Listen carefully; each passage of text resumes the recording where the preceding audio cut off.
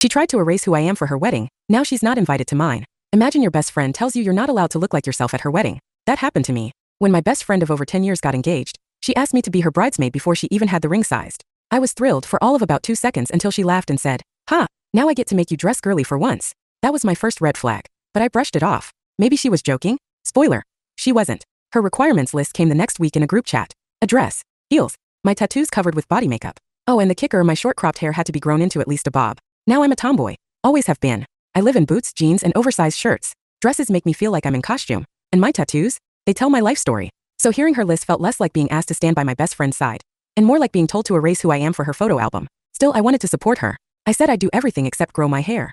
Hair takes time, and besides, she knew me when I shaved it completely. She knew this was me, but apparently that wasn't enough. "You'll ruin my wedding photos with that haircut," she texted. That was the start of weeks of arguments, late-night phone calls, group chats full of her bridesmaids telling me to suck it up, it's just one day. I started to feel like I wasn't invited as myself, just as some doll she could dress up. And then life hit me with something far heavier. My dad was diagnosed with a terminal illness. Suddenly mascara, heels, and wedding photos didn't matter. My priority was my dad. I told her I couldn't commit to bridesmaid duties and stepped down, thinking she'd understand. She did not. Instead, she immediately asked what I'd be wearing as a guest. I told her the truth. My girlfriend and I had custom suits made for a wedding the year before, and they were perfect. Elegant, tailored us. Her response: "I don't want everyone staring at the two of you in suits. People will be talking about you instead of me." I was stunned. My girlfriend flat out refused to go, and I told the bride, "Unless you're planning to dictate everyone's wardrobe, you don't get to dictate mine." The wedding day came. It was a grand affair, chandeliers, floral arches, an open bar that probably cost more than my rent for a year. I showed up alone in my suit, smiled, clapped, hugged relatives. I was polite. I stayed 8 hours. But when the first dance ended, I slipped out quietly to get home to my kid.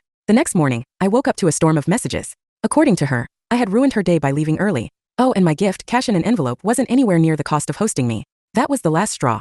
I realized she hadn't just been a bridezilla for a day, she'd been a bad friend for a long time. We don't talk anymore. But here's the twist. Last week, my fiancé proposed to me. We're planning our own wedding. We're both wearing suits. And you can bet one thing, she's not invited. Follow for more.